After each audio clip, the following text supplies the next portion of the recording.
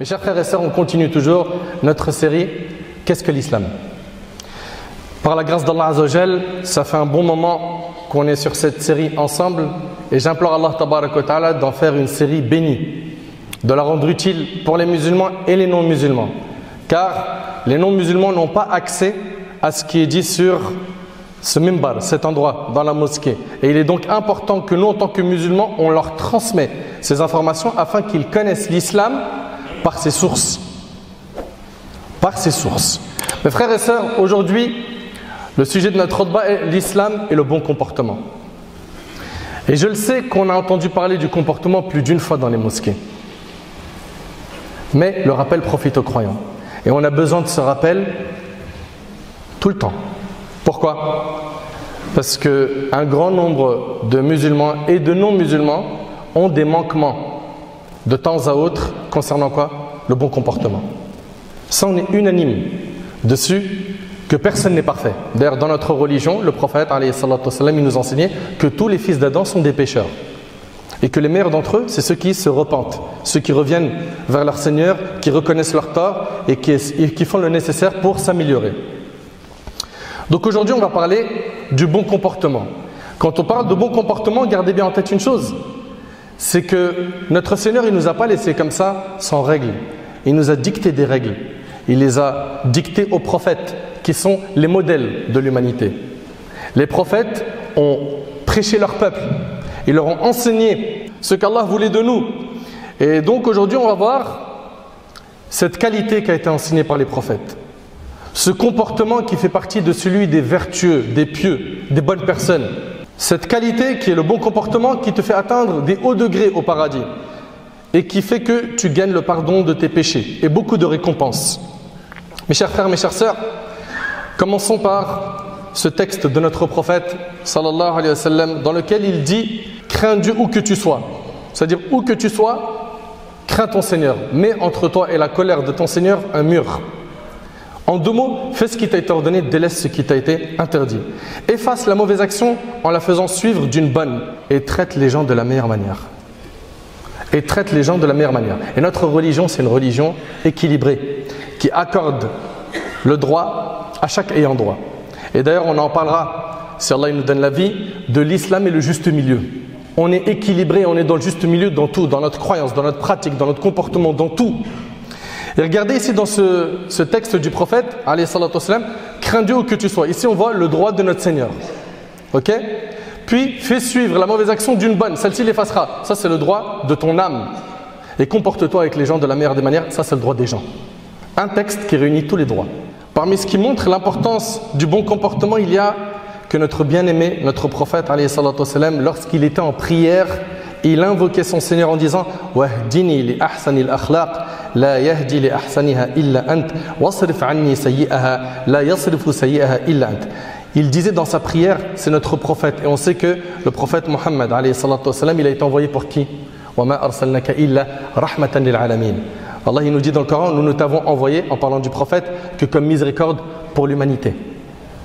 Pour l'humanité. Et il nous dit également laqad kana lakum fi rasulillah uswatun hasana. Vous avez en votre prophète un parfait exemple à suivre. Et celui qui se penche sur la biographie du prophète Muhammad alayhi salatu wassalam réalise à quel point c'était un homme qui sortait du lot, qui a été choisi, élu par son Seigneur, qui avait le meilleur des comportements. Le prophète alayhi salatu wassalam, dans sa prière, il disait « Guide-moi vers les meilleurs caractères, car toi seul guide vers les meilleurs caractères, débarrasse-moi des mauvais caractères, car toi seul débarrasse des mauvais caractères. » Le hadith, il est rapporté par Muslim selon Ali. Allah tabaraka wa ta'ala, notre Seigneur, il a fait l'éloge du prophète sallam par son comportement. Il lui a dit « Wa innaka la'ala khuluqin azim » et tu es certes d'une moralité imminente. Et Aïcha radiallahu anha, la femme du prophète sallam, elle a dit, quand on l'a questionné sur le comportement du prophète sallallahu alayhi wa sallam, elle a dit que son comportement était celui du Coran. Kana khuluquhu al-Qur'an. C'est-à-dire quoi? C'est-à-dire qu'il a mis en pratique le contenu du Coran. Alayhi salatu wassalam.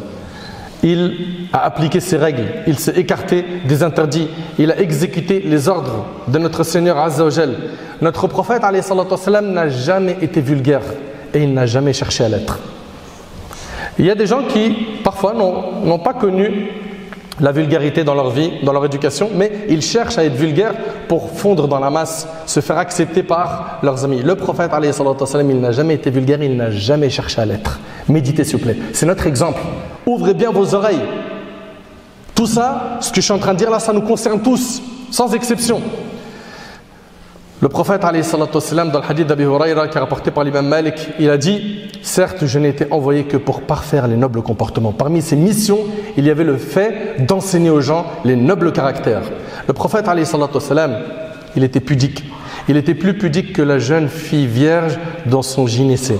Le prophète, sallam, quand il rentrait chez lui, il était au service de sa famille. Le prophète, alayhi salatu wassalam, il recousait ses chaussures. Le prophète, sallam, c'était quelqu'un de modeste, c'était quelqu'un de souriant. Et à chaque fois qu'on le voyait, on le voyait souriant. D'ailleurs, ça faisait partie du comportement qui était très visible chez lui, le sourire. Jarir, radiallahu anhu, il a dit, le prophète, alayhi salatu wassalam, ne m'a jamais vu sans qu'il ne me fait un sourire. Il était toujours souriant, alayhi salatu wassalam. Mais on sait qu'un sourire en dessine un autre. C'est vrai ou pas? Souris à quelqu'un, il va te sourire. Et le prophète, alayhi salatu wassalam, il nous enseignait que le sourire, c'est une aumône. Et on a du mal aujourd'hui à sourire. C'est des récompenses qu'on gagne en souriant. Mais on a du mal. Avec les collègues de travail, avec les gens qui nous entourent à la fac, à l'école, ou bien nos voisins, ou dans notre quartier. Souris, tu gagnes des récompenses. Et ça fait partie du bon comportement. Le prophète, alayhi salatu wassalam, a toujours été au service des gens, ceux qui étaient dans le besoin. Il n'a jamais méprisé un orphelin. Il n'a jamais eu un mauvais comportement envers quelqu'un de pauvre. Mais il était au service de ces gens-là. Il faisait le nécessaire, pourquoi? Pour essayer de les réconforter. C'était une miséricorde pour l'humanité. Le prophète, alayhi salatu wassalam, avait le cœur le plus doux, le plus tendre. Il était de ceux qui pardonnaient à autrui. Le prophète, quand il était en prière, en train de diriger la prière en groupe, écoutez bien, à la mosquée, et qu'il entendait les bruits des pleurs d'un bébé, il écourtait cette salat, cette prière, c'est-à-dire qu'au lieu de prendre son temps dans la prière et réciter longtemps, non. Il faisait en sorte que la prière soit plus courte que prévu. Pourquoi? Pour pas que la maman qui entend les pleurs de son bébé souffre par les pleurs de son bébé. Vous avez vu la miséricorde? Il est passé où ce comportement aujourd'hui dans notre communauté? Il est passé où? Le prophète, il avait donc un excellent comportement. Il faisait preuve de beaucoup de patience. Il a connu la faim, jusqu'au point où il avait des pierres qu'il mettait sur son ventre et qu'il attachait. Pourquoi? Pour combler cette douleur de la faim. Le prophète, avec tout ça, il ne se plaignait pas. C'était quelqu'un de patient, endurant. Il prenait sur lui. Alayhi salatu wassalam. Ça, c'est le comportement de notre prophète. Vous le savez très bien pour ceux qui ont étudié sa biographie, que ses ennemis, ils ne l'ont pas lâché. À la Mecque, ils ont tout fait pour le nuire, lui et ses compagnons. Et à Médine, pareil. D'ailleurs, il y a eu plein de batailles. Surtout quand il arrive à Médine, ça s'est enchaîné. Badr, Uhud, Ahzab, n'est-ce pas? Il y a eu beaucoup de batailles. Et le jour de la conquête de la Mecque, le prophète, il dit à ses ennemis, partez, vous êtes libres. Partez, vous êtes libres. Allahu Akbar. C'était quelqu'un qui pardonnait. Notre religion invite au pardon. Allah Ta'ala, il dit qu'il pardonne et absolve. Tu peux pardonner, mais absoudre, c'est autre chose. Tu peux pardonner, mais tu gardes toujours quelque chose dans ton cœur. La religion te dit pardonne et efface. Et c'est dur ça, on est d'accord ou pas? C'est dur. Mais la religion te demande de faire le nécessaire. Pourquoi? Pour éduquer ton âme sur l'excellence dans la moralité, dans le comportement. Et je sais que c'est pas facile, mais le paradis, tu crois qu'on va l'obtenir sans faire d'efforts? Tu as oublié que le prophète, alayhi salatu wassalam, a dit la marchandise d'Allah vaut cher, la marchandise d'Allah, c'est le paradis. Écoutez ce hadith, ce texte prophétique. Anas ibn Malik radiallahu anhu a dit: je marchais avec le messager d'Allah sallallahu alayhi wa sallam alors qu'il portait un manteau de Najran avec une bordure épaisse. Alors un bédouin est venu et l'a attrapé fortement par la bordure de son habit. Puis il a dit: oh Muhammad, ordonne qu'on me donne quelque chose de l'argent d'Allah que tu possèdes. Donne-moi quelque chose de l'argent, je veux une aumône. Le prophète alayhi salatu wassalam s'est tourné vers lui et a souri. Tu imagines quelqu'un, il t'attrape agressivement, il dit: hey, donne-moi une aumône. Et toi tu le regardes, tu souris, tu lui dis: donnez-lui une aumône. Qui ferait ça aujourd'hui? On n'arrive même pas à imaginer que cette scène nous arrive. Et on n'arrive même pas à imaginer nous comment on va se comporter à ce moment-là. Qui parmi nous va faire preuve de douceur? Le prophète alayhi salatu wassalam, il a souri, puis a ordonné qu'on lui donne. Donnez-lui. une sadaqa. Et c'est rapporté par l'imam al-Bukhari. Dans ce hadith, on y voit la douceur et le pardon du prophète, alayhi salatu wassalam. Son envie d'attirer les gens à l'islam et sa patience était impressionnante. Son envie d'attirer les gens et sa patience était exemplaire, alayhi salatu wassalam. Notre religion nous ordonne de respecter les engagements. Allah Ta'ala il nous dit dans le verset wa awfu bil ahd innal ahda kana mas'oula. Et remplissez l'engagement car on sera interrogé au sujet des engagements. Et regardez avec moi cette histoire qui est rapportée par l'imam Muslim. Méditez et regardez la valeur du respect de l'engagement. L'absence de Hudhayfa radiyallahu anhu, Hudhayfa ibn al-Yaman, durant la campagne militaire de Badr. Il y a une bataille qui se prépare, la bataille de Badr. D'accord? Hudhayfa ibn al-Yaman, radiyallahu anhu, lui-même il raconte que la seule chose qui l'a empêché de prendre part à cette campagne militaire, c'est un engagement qu'avaient pris de lui les païens de la Mecque de ne pas le faire. Ce qui s'était passé en fait, c'est que lorsqu'il avait émigré, donc Hudhayfa, ce compagnon du prophète sallallahu alayhi wa sallam, il a émigré de la Mecque avec son père. Les païens, après les avoir interceptés, avaient fini par les relâcher et les laisser partir en les faisant promettre de ne pas combattre auprès du prophète sallallahu alayhi wa sallam contre eux. Ils leur ont dit, quand vous rentrez à Médine, on vous laisse partir, mais par contre, dès que vous arrivez à Médine, vous ne combattez pas contre nous. Imaginez l'envie de Hudhayfa et de son père d'aller combattre avec le prophète sallallahu alayhi wa sallam. Mais ce qu'il faut savoir, mes frères et sœurs, c'est que la religion ne se base pas sur les sentiments, mais sur le Coran et la tradition prophétique. Lorsque le prophète sallallahu alayhi wa sallam a appris cela, il leur a dit, regardez ce qu'il a dit à Hudhayfa, nous remplissons l'engagement que nous avons envers eux, envers les Qurayshites. Je ne sais pas si tu imagines. Il a dit, vous avez un engagement, c'est de ne pas combattre. Eh bien, vous ne combattez pas. Nous remplissons l'engagement que nous avons envers eux, c'est-à-dire envers les Qurayshites, et nous recherchons l'aide d'Allah contre eux. Vous imaginez en guerre, le prophète sallallahu alayhi wa sallam, il dit, il y a un engagement, vous ne venez pas avec moi? Subhanallah, le respect de l'engagement. Une religion qui ordonne la justice. Ya ayyuhalladhina amanu kunu qawwamina lillah shuhada'a bil qist wa la yajrimannakum shana'anu qawmin ala alla ta'dilu i'dilu huwa aqrabu lit taqwa wattaqullaha innallaha khabirun bima ta'malun. Oh les croyants, soyez stricts dans vos devoirs envers Allah et soyez des témoins équitables et que la haine pour un peuple ne vous incite pas à être injuste. Pratiquez l'équité, soyez juste, cela est plus proche de la piété et craignez Allah car Allah est certes parfaitement connaisseur de ce que vous faites. Mes chers frères, mes chères sœurs, le bon comportement a été valorisé dans notre religion et on va voir ici défiler pas mal de textes de notre prophète sallallahu alayhi wa sallam. La première des choses qu'il faut savoir, c'est que le bon comportement te fait atteindre le degré des grands adorateurs. Écoute avec moi, Aïcha, la femme du prophète sallallahu alayhi wa sallam, rapporte, j'ai entendu le messager de Dieu sallallahu alayhi wa sallam dire, le croyant atteint sûrement par sa bonne moralité et son affabilité le degré de celui qui jeûne toute l'année et passe toutes ses nuits à prier et à évoquer Dieu, rapporté par Abu Daoud. C'est-à-dire par ton bon comportement, tu atteins le degré de celui qui jeûne toute l'année, passe toutes ses nuits en prière et à évoquer Dieu, à évoquer Allah. Subhanallah, c'est pas impressionnant franchement. Ça c'est par quoi? Le bon comportement. Également, parmi les fruits du bon comportement, c'est que ça alourdit ta balance le jour du jugement de bonne action. Comme vous le savez, nous, en tant que musulmans, on sait qu'après la mort, il y a une résurrection, on sera ressuscité et nos actions seront pesées sur une balance. Okay? Si tu as plus de bonnes actions que de mauvaises, tu iras au paradis. Et bien regardez ce qui alourdit la balance des bonnes actions. Selon Abu Darda, le prophète a dit, rien ne pèse plus lourd dans la balance du croyant le jour de la résurrection que sa bonne moralité et son bon caractère. Et Allah déteste en effet tout grossier au parler impudique.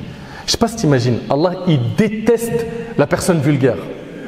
Et aujourd'hui, on a certains, pour ne pas généraliser, certains de nos frères, de nos sœurs qui sont vulgaires. Tu arrives à imaginer, Allah, il déteste ces personnes. Toi, tu es content d'insulter des mères, d'insulter un tel, il se concurrence dans ceux qui ont des nouveaux gros mots aujourd'hui, notre jeunesse. Mais Allah, il déteste ces personnes. Tu vas être détesté par Allah?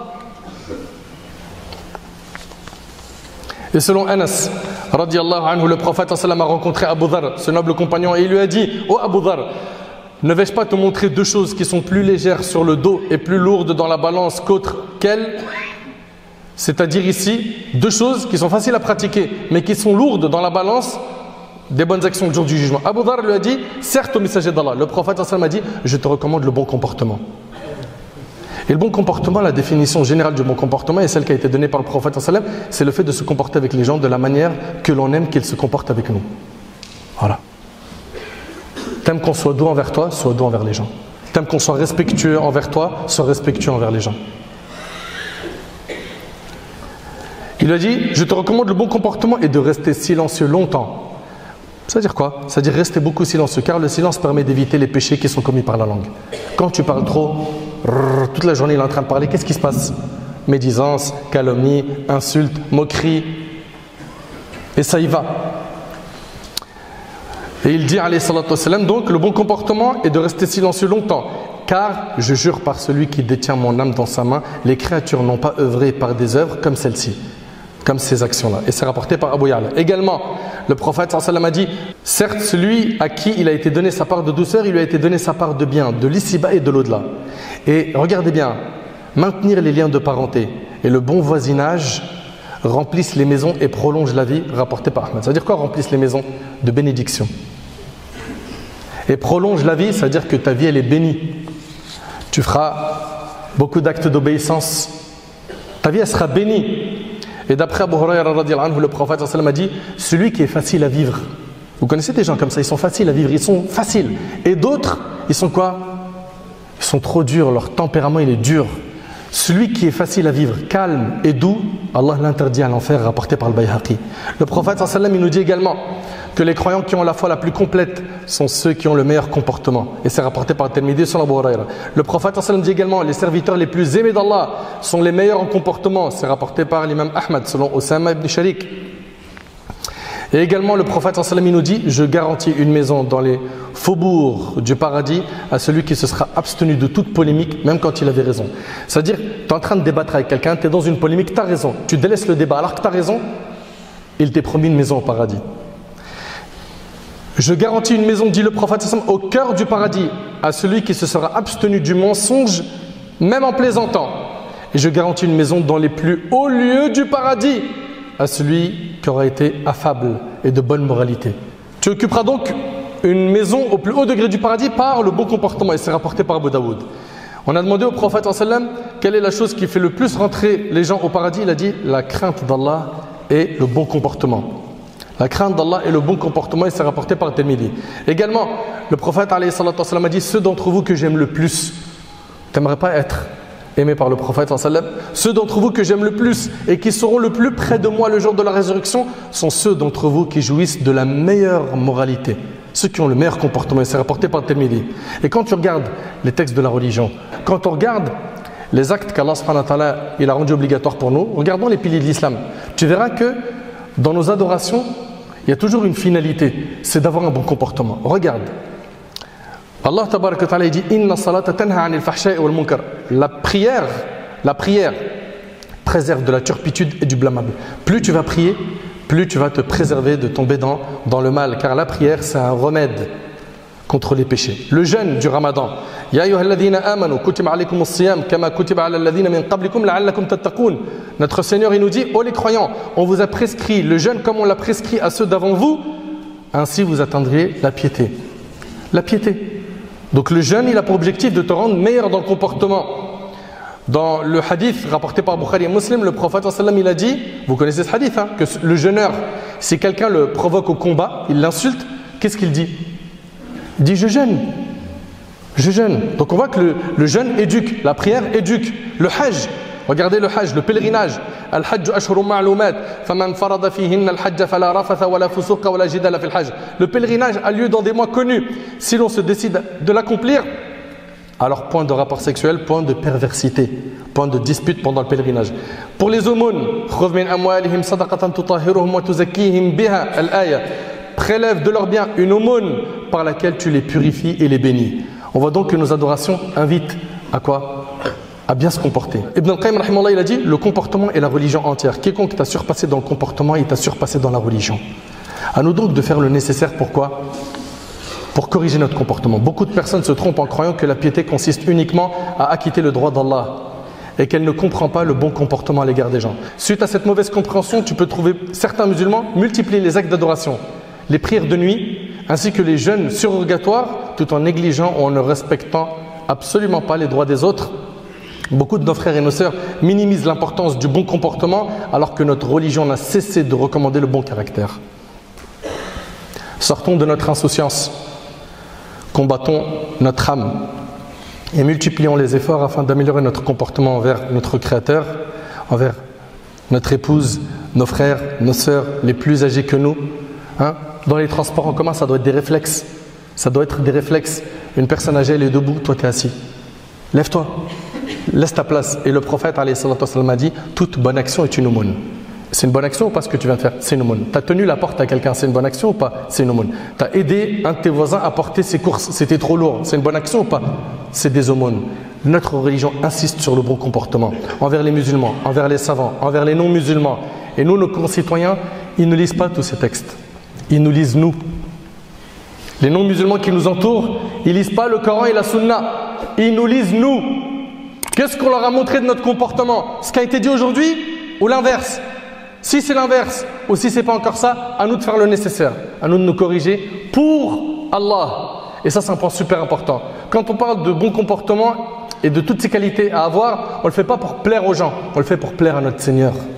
Et on se conforme à la sunna du prophète à chaque fois qu'il va t'arriver une situation, regarde le prophète comment il s'est comporté et n'oublie pas que c'est l'excellent modèle à suivre. J'implore Allah subhanahu wa ta'ala d'améliorer notre comportement, j'implore Allah subhanahu wa ta'ala de nous pardonner nos manquements, j'implore Allah subhanahu wa ta'ala de nous faciliter de mettre en pratique ce qui a été dit aujourd'hui.